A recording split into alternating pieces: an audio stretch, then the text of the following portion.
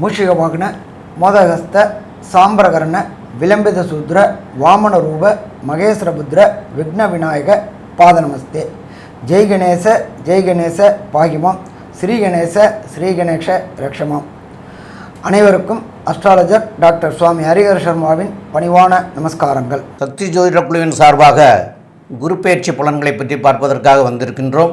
அடியேன் சக்தி சோமே ஆகிய நானும் KS ஐயங்கார் அவர்களும் சுவாமி டாக்டர் ஹரிஹர சர்மா ஐயா அவர்களும் குரு பெயர்ச்சி குரோதி வருஷம் சித்திரை மாதம் 18ஆம் தேதியிலிருந்து ஆரம்பிக்குது.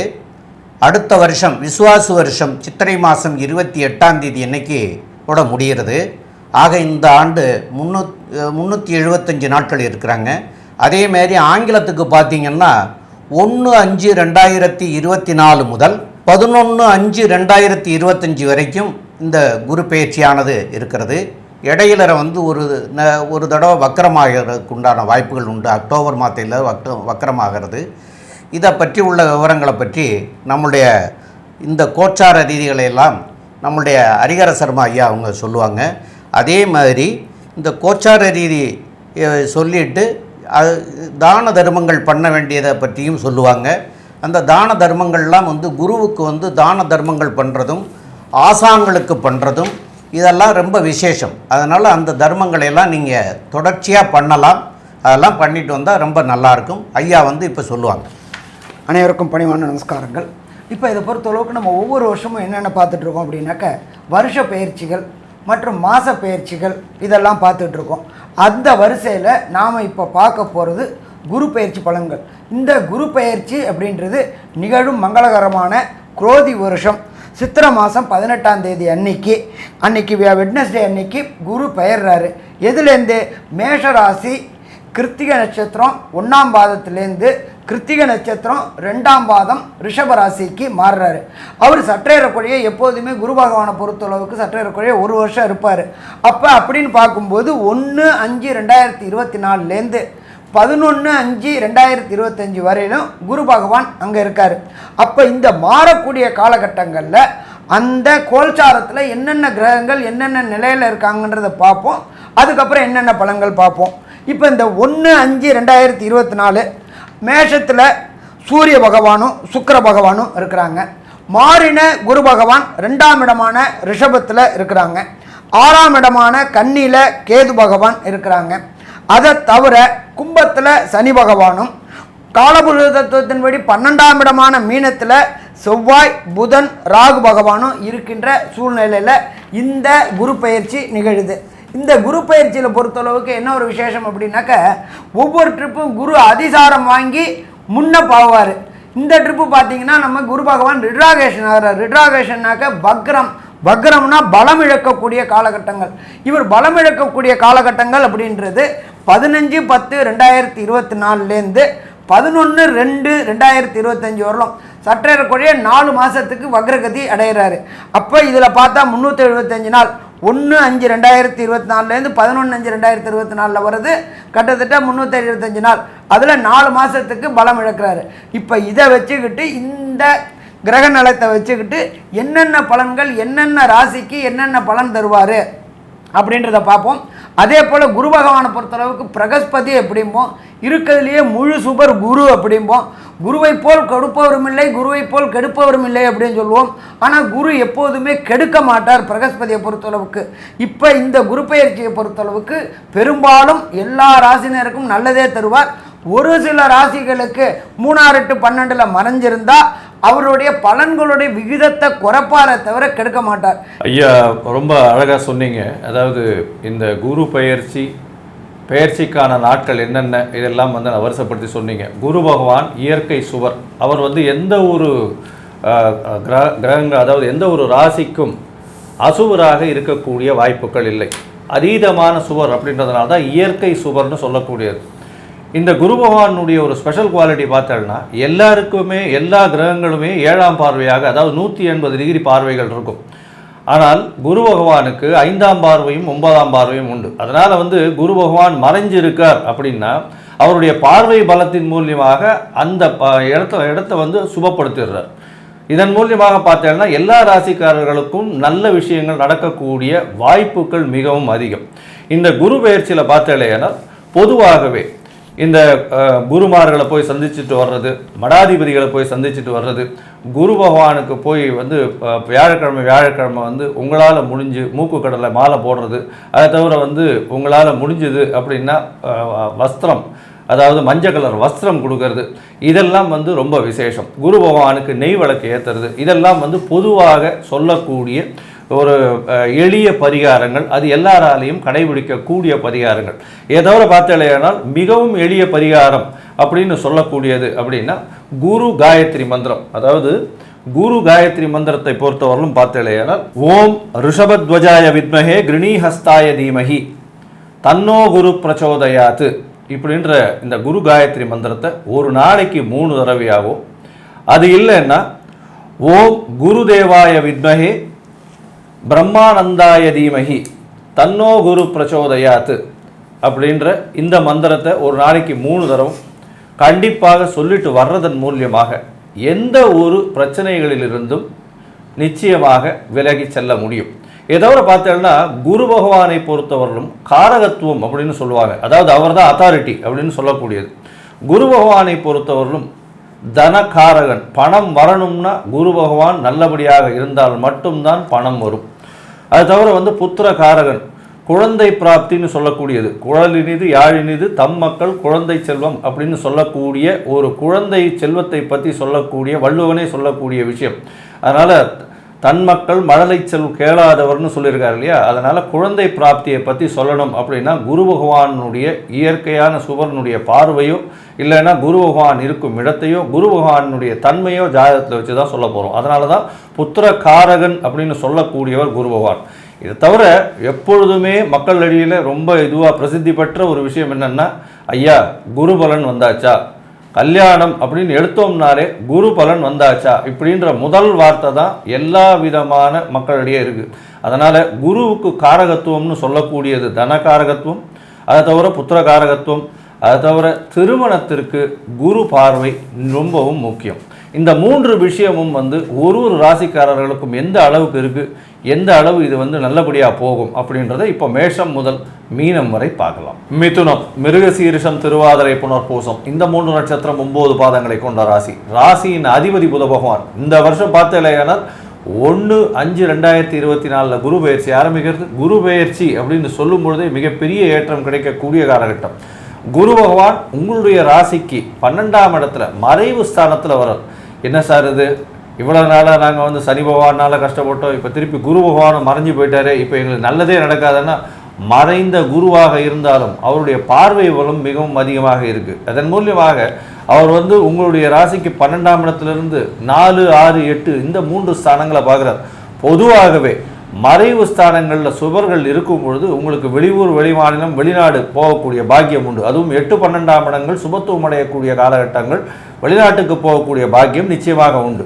உங்களுடைய ராசிக்கு பார்த்தலையானால் 12ஆம் இடத்துல சுபம் வருது. அதாவது சுபர், அதீத சுபர்னு சொல்லக்கூடிய இயற்கை சுபரான குரு பகவான் இருக்கிறதுனால சுப செலவுகள் வரும். வீட்டில் வந்து பார்த்தீங்கன்னா ஒரு நல்லது நடக்கும். அதாவது குழந்தை பிராப்தி, இல்லைன்னா காது குத்தல், இந்த மாதிரியான கல்யாணம், இந்த மாதிரியான சுப செலவுகள் அதிகமாக வரக்கூடிய வாய்ப்பு. அதுவும் 4ஆம் இடத்தை வேற பார்க்குறார். வீடு மனை வாங்கக்கூடிய பாக்கியம் உண்டு. வீடு மனை வாங்கக்கூடிய பாக்கியம்னா அதற்கேற்ற மாதிரி கடன் வாங்கக்கூடிய பாக்கியத்தையும் கொடுப்பார். அதாவது வீடு வாங்கிறதுக்காக கடனை வாங்கி அதற்குண்டான சுப செலவு அப்படின்றதையும் கொண்டு வந்து இந்த வருஷம் உங்களுக்கு கண்டிப்பாக வீடு நிச்சயமாக கிடைக்கக்கூடிய பாக்கியத்தை அவர் உங்களுக்கு கொடுக்க போகிறார். உங்களுடைய ராசிக்கு 4ஆம் இடத்தை வந்து பார்க்கறதுனால 5ஆம் பார்வையில் தாயின் உடல்நிலையில் நல்ல ஒரு ஏற்றம் இருக்கும். படிக்கக்கூடிய மாணவர்களுக்கெல்லாம் பார்த்தீங்கன்னா நல்ல ஒரு ஏற்றம் இருக்கும். பெரிய மாற்றங்கள் வரக்கூடிய வாய்ப்பு. இவ்வளோ நாள் கான்சன்ட்ரேஷன் பயங்கர டிஸ்ட்ராக்ஷன் இருந்திருக்கும். இப்போ பார்த்தீங்கன்னா கான்சன்ட்ரேஷன், ஃபுல் கான்சன்ட்ரேஷன் இருக்கும். படிக்கக்கூடியது மைண்டில் நிற்கும். ஏன்னா 4ஆம் இடத்துல கேது பகவான் இருந்ததுனால எந்த ஒரு விஷயமும் ஒரு தடவைக்கு 10 தடவை படித்தாலும் மனசில் தங்காது. இப்போ வரக்கூடிய காம்படிட்டிவ் எக்ஸாம்ஸ்லாம் பார்த்தீங்கன்னா நல்ல ஒரு ஏற்றம் கிடைக்கும். ஏன்னா சுபர் வந்து பார்க்கறதுனால மைண்டில் ரொம்ப காமாக இருக்கும். மைண்டு டிஸ்ட்ராக்ட் ஆகாது. படிக்கக்கூடியதெல்லாம் மனசில் பதியக்கூடிய வாய்ப்புகள் நிச்சயமாக அதிகம். வெற்றி நிச்சயமாக கிடைக்கக்கூடிய பாக்கியங்கள் நிச்சயமாக உண்டு. இந்த குரு பயிற்சி பார்த்தாலேயானால் பெரிய ஏற்றங்களை கொடுக்கக்கூடிய காலகட்டமாக இருக்குது. இதை தவிர பார்த்தோம்னா இந்த குரு பகவான் உங்களுடைய ராசிக்கு 12ஆம் இடத்திலிருந்து அவருடைய 7ஆம் பார்வையாக உங்களுடைய ராசிக்கு 6ஆம் இடத்தையும் அவருடைய 9ஆம் பார்வையாக உங்களுடைய ராசிக்கு 8ஆம் இடத்தையும் பார்க்குறார். இதன் மூலியமாக என்னென்ன மாறுதல்கள் ஒரு பெரிய ஏற்றங்கள் வரக்கூடியது அப்படின்றத பொறுத்து நம்மளுடைய ஐயா அரியரசர்மா ஐயா கிட்ட கேட்போம். ஐயா நல்லா தெளிவாக விளக்கமாக சொன்னீங்க. எப்பொழுதுமே பிரகஸ்பதி குரு அப்படின்னாலே பிராமண குரு, முழு சுபர். அவர் எங்கே இருந்தாலும் அந்த இடத்த பலப்படுத்துவார். அவர் நிற்கிற இடம் ராசிக்கு 12 அப்படின்ற பொறுத்தளவுக்கு ஜோதிட சாஸ்திரத்தில் மறைவு ஸ்தானம் அப்படிம்போம். இது மறைவு மட்டும் கிடையாது, வெளியூர், வெளிமாநிலம், வெளிநாடு தொடர்பு ஏற்படுத்தக்கூடிய ஸ்தானம். மறைந்து வாழணும் அப்படின்னா என்ன அப்படின்னாக்க, நான் படித்த படிப்பிற்கு உண்டான மேற்படிப்புக்காக வெளியூர், வெளிமாநிலம், வெளிநாடு போகக்கூடிய வாய்ப்புகள் உண்டு. அடுத்தது 4ஆம் இடம் அப்படின்றத பொறுத்தளவுக்கு லோயர் எஜுகேஷன். நம்ம குழந்தைகள் இப்போ இந்த மிதுன ராசியில் பிறந்தவங்களோட குழந்தைகள் இருக்காளோ அவளை பொறுத்தளவுக்கு எஜுகேஷனில் கேது இருக்கிறதுனால தடைகளும் தாமதங்களும் ஏற்பட்டுக்கிட்டே இருந்துச்சு. ஒவ்வொரு ட்ரிப்பும் பார்த்தாக்க ஒவ்வொரு எக்ஸாம் வரும்போதும் குவார்டர்லி, ஆஃப் இயர்லி, ஆனுவல் எக்ஸாமுக்கு பொறுத்தளவுக்கு நாம் போய் அங்கே போய் டீச்சர் டீம், பிரின்சிபால்ட்டையும் கையை கட்டிட்டு நிற்க வேண்டிய காலகட்டங்கள் இருந்துச்சு. இப்போ அந்த 4ஆம் இடத்தை பிரகஸ்பதியான குரு பார்க்கறதுனால, அங்கே உள்ள கேது பார்க்கறதுனாலும் அந்த அவமானங்கள், அசிங்கங்கள் அத்தனையும் விலகக்கூடிய காலகட்டங்கள். இதை தவிர உங்களுக்கு ராசிக்கு 6ஆம் இடம் பார்க்குறார். 6ஆம் இடம் அப்படின்றது விருச்சிகம். விருச்சிகம் அப்படின்றது பொறுத்தளவுக்கு ரணரோக சத்ருஸ்தானம். இது ரணரோக சத்ருஸ்தானம் அப்படின்றது நம்ம இதை தவிர ஜோதிட சாஸ்திரத்தில் என்ன சொல்லுவோம் அப்படின்னாக்க வேலை ஸ்தானம், உத்தியோகஸ்தானம் அப்படிம்போம். உத்தியோகம் அப்படின்றது அடிமை உத்தியோகம் பார்க்கக்கூடியது. பெரும்பாலும் பார்த்தீங்கன்னா முதலாளின்னு ஒருத்தர் இருப்பாங்க, பாக்கி எல்லாருமே அடிமை உத்தியோகம் தான். அப்போ இந்த உத்தியோகத்தில் நிலையற்ற தன்மை இருந்த மிதுன ராசிக்காரங்க, ஏன்னா கடந்த டிசம்பர் வரலாம் அஷ்டமத்தில் சனி ஆட்டி படைச்சிருச்சு, உங்களை 2.5 வருஷமாக ஆட்டி படைச்சிருச்சு. எங்கே போனாலும் அவமானம், எங்கே போனாலும் பிரச்சனை இருந்துச்சு. இப்போ அந்த குரு பகவான் பார்க்கறதுனால உத்தியோகத்தில் உள்ள தடையும் தாமதமும் அத்தனையும் விலகி உத்தியோகத்தில் ஒரு நிலையான தன்மை. சில பேர் கான்ட்ராக்டில் வேலை பார்த்துக்கிட்டு இருப்பாங்க. இது என்னடா கடைசி வரலும் நம்ம கான்ட்ராக்ட்லேயே தான் வேலை பார்த்துட்டு இருப்போம், நமக்கு பணி நிரந்தரம்னு எதுவும் இருக்குமா அப்படி நினச்சிட்டு இருந்தவங்களுக்கு பணி நிரந்தரம் ஆகக்கூடிய வாய்ப்புகள் உண்டு. இதை தவிர பார்த்தோம் அப்படின்னாக்க பிரகஸ்பதியான குரு பகவான் 9ஆம் பார்வையாக 8ஆம் இடத்தை பார்க்குறார். 8ஆம் இடம் அப்படின்றது மறைவுஸ்தானம். இந்த மிதுன ராசிக்கு பொறுத்தளவுக்கு 4, 6, 8, 12 தொடர்பு வருது. கெட்டவர் கெட்டிடுமாம் ராஜயோகம். ஆனால் அந்த கெட்ட ஸ்தானங்களை பிரகஸ்பதியான முழு சுபரான குரு பார்க்கும் பொழுது விலக்குகள் கிடைக்க வாய்ப்புகள் உண்டு. 8 அப்படின்னாக்க விபரீத ராஜயோகங்கள் ஏற்படக்கூடிய வாய்ப்புகள் உண்டு. திடீர் பணவரவுகள், இந்த ஸ்டாக் எக்ஸ்சேஞ்சு, ஸ்பெக்குலேஷனு, ரேஸு இதை மாதிரியில் ஈடுபடக்கூடிய மிதுன ராசிக்காரங்களுக்கு வெற்றி மட்டும் கிடைக்கக்கூடிய காலகட்டங்கள் உண்டு. 6 பார்க்குறாரு, 8 பார்க்குறாரு, 12லேயே அவர் இருக்காரு, 4 பார்க்குறாரு. அப்போ இது எல்லாமே டோட்டலாக இந்த காலகட்டங்களை பொறுத்தளவுக்கு மிதுன ராசி அன்பர்களுக்கு ஏற்றமான காலகட்டம்னு சொல்லலாமா, ஏற்றமான காலகட்டம்னு சொல்லலாம். சரி, ஒரு சில பேருக்கு தசாநாதனோ, புத்திநாதனோ, அந்தரநாதனோ, சூட்சமநாதனோ, பிரணவநாதனோ சரியில்லை அப்படின்னா கஷ்டங்கள் கொடுத்துட்டே இருப்பார். அப்போ அந்த இது தவிர இப்போ கோச்சாரத்தில் பொறுத்தளவுக்கு குரு நல்லா இருக்கார். ஆனால் ஒவ்வொருத்தருடைய இண்டிவிஜுவல் ஜாதகம் அப்படின்றத பொறுத்தளவுக்கு அவருக்கு தசாநாதன், புத்திநாதன் எப்படி பலமாக இருக்காரா, பலமாக இல்லையா? அப்போ பலமாக இல்லை அப்படின்னா என்ன பரிகாரம் செய்தா? பரிகாரம் அப்படின்னா என்ன அப்படின்னா சாந்தப்படுத்துறது. எந்த கிரகத்தினால பிரச்சனையோ அந்த கிரகத்துக்கிட்ட சரணாகதி அடைகிறது, அதுக்கு உண்டான ஸ்தலத்துக்கு போய் கண்டு தொடர்றது. அப்போ இதை மாதிரி தசாநாதன், புத்திநாதன், அந்தரநாதன், சூட்சமநாதன் சரியில்லாத அன்பர்களுக்கு என்ன கோயிலுக்கு போயிட்டு என்ன பரிகாரம், எளிய பரிகாரம் என்ன அப்படின்றத நம்மளோட ஐயா சக்தி சோமையா அவங்க விரிவாகவும் விளக்கமாகவும் சொல்லுவாங்க. ரொம்ப அற்புதமாக 2 பேருமே அற்புதமாக தெளிவாக சொல்லியிருக்கீங்க. இருந்த போதிலும் அவர் மிதுன ராசிக்காரர்களுக்கு 12ஆம் இடத்துல குரு இருக்கார். அவருடைய பார்வைகள் 4ஆம் இடத்தையும் 6ஆம் இடத்தையும் 8ஆம் இடத்தையும் பார்க்கறதுனால உள்ள விவரங்களை எல்லாம் சொன்னீங்க. இந்த விரயஸ்தானத்தில் இருக்கார் அப்படின்னாலும் அதை சுபவிரயமாக மாற்றிக்கக்கூடியதாக நீங்கள் பண்ணிக்கிறணும். அது ரொம்ப அவசியமானது. ஏன்னா விரயஸ்தானத்தில் இருக்கிறதுனால விரயம் பண்ணுவார். அதை சுபவிரயமாக உங்கள்கிட்ட காசு கிடைக்கிற போது தங்கமாவோ இடமாவோ இல்லை அதுக்குண்டான வேலைகளை நீங்கள் செஞ்சிட்டே இருந்தீங்கன்னா அந்த சுபவிரயமாக மாற்றிக்கிறதுக்கு வாய்ப்புகள் மிக மிக அதிகம். ரெண்டாவது, உங்களுடைய ஜாதக ரீதியில் வந்து ஜாதகத்தில் வந்து இப்போ நடக்கக்கூடிய தசாநாதன், புத்திநாதன், அந்தரநாதன், சூட்சமநாதன் இதெல்லாம் சரியில்லாத நிலைமைகள் இருக்கிற போது அது உங்களுடைய ஜாதகத்தை பார்த்தா தான் தெரியும். அது ஜாதகத்தை பார்க்காத போது தெரியாது. ஜாதகத்தில் இருந்தாலும் இல்லைனாலும் 12ஆம் இடம் விரயஸ்தானத்தில் குரு இருக்கிற காரணத்தினால் நீங்கள் திருச்சிக்கு பக்கத்தில் திருப்பட்டுன்னு ஒரு ஸ்தலம் இருக்குது. அங்கே பிரம்மபுரீஸ்வரர் அப்படிங்கிற ஒரு குருவே வந்து பிரம்மபுரீஸ்வரர் அப்படிங்கிற பேரில் இருக்கார். அப்போது அங்கே ஒரு வியாழக்கிழமைக்கு செஞ்சு போய் அங்கே வந்து அவருக்கு அபிஷேக ஆராதனைகள்லாம் செய்து மஞ்சள் பட்டு அவருக்கு சாத்தி நீங்கள் வழிபட்டுட்டு வந்தீங்கன்னா இதனால் வரக்கூடிய விளைவுகள்லாம் நீங்கி நன்மை பயக்க முடியும். மேலும் வந்து இந்த இந்த விரயஸ்தானத்தில் குரு இருக்கிற காரணத்தினால நீங்கள் வந்து அவசியம் ஏழை எளிய மக்களுக்கு வஸ்திரதானம் பண்ணணும். வஸ்திரதானங்கிறது மஞ்சள் கலரில் புடவையாக வாங்கி கொடுக்கலாம், மஞ்சள் கலர் வேஷ்டியாக வாங்கி கொடுக்கலாம், மஞ்சள் கலர் சட்டையாக வாங்கி கொடுக்கலாம். இந்த மாதிரி தான தர்மங்கள் பண்ணுறதுனால உங்களுக்கு வரக்கூடிய விலையிலிருந்து நன்மை பெற முடியும் அப்படிங்கிறத சொல்கிறோம். மேலும் உள்ள விவரங்களை நம்முடைய ஐயங்கார் அவங்க சொல்லுவாங்க. ஐயா, அற்புதமாக சொன்னீங்க. அதாவது இந்த மிதுன ராசிக்காரர்களை பொறுத்தவரையிலும் குரு பயிற்சி பெரிய ஏற்றமான குரு பயிற்சி. எப்படி அப்படின்னா, சுப செலவுகள் மிகவும் அதிகமாக இருக்கக்கூடும். எப்போ செலவுகள் அதிகமாக இருக்கும், அதுவும் சுப செலவுகள் அப்படின்னு சொன்னோம்னா அதன் மூலியமாக இன்டைரக்டாக வந்து வரவுகளும் அதிகமாக இருக்கும்னு அர்த்தம். ஏன்னா சுப செலவுகள்ன்றது நம்மளா சந்தோஷத்தின் பேரில் செலவு பண்ணக்கூடியது. அசுப செலவுகள் தான் வந்து நம்மளுக்கு தெரியாமல் பண்ணியே தீரணுன்ற கட்டாயத்தில் போகிறது. அதனால் நம்ம ஏற்றுக்கொண்டு செய்யக்கூடியது சுப செலவுகள். அதன் மூலியமாக நம்மளுக்கு வரவுகளும் அதற்கு ஏற்றாற் போல் இருக்கக்கூடிய காலகட்டம்.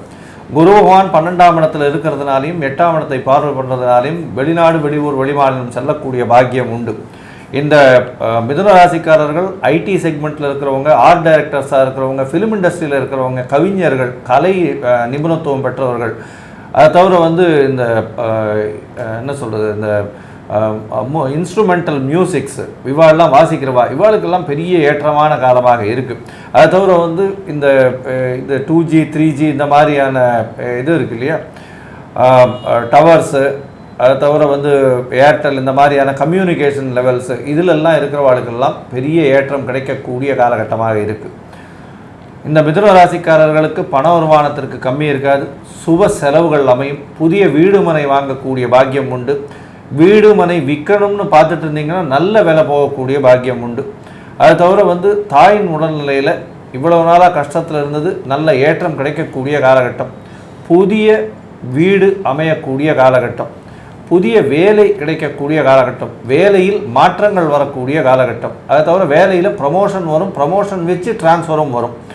இதனால் வந்து பார்த்தேலையானால் நல்ல ஒரு ஏற்றம் இருக்கும். வெளிநாடு போகக்கூடிய பாக்கியங்கள் உண்டு. அதாவது பிஆர் வரக்கூடிய, அதாவது அவங்களுக்கு பிஆர் வரக்கூடிய அந்த கண்ட்ரியை சேர்ந்த பிஆர் வரக்கூடிய வாய்ப்புகள், பர்மனன்ட் ரெசிடென்ஷிப் வரக்கூடிய வாய்ப்புகள் நிச்சயமாக உண்டு. மொத்தத்தில் இந்த மிதுன ராசிக்காரர்களுக்கு ஒரு ஏற்றமான பொன்னான காலமாக இந்த குரு பெயர்ச்சி அமையிறதுன்னு இந்த சக்தி ஜோதிட குழு சொல்லுது. நன்றி, நமஸ்காரம். ஸ்ரீ பகவதி யூடியூப் சேனல் பார்த்த அன்பர்களுக்கு நன்றி.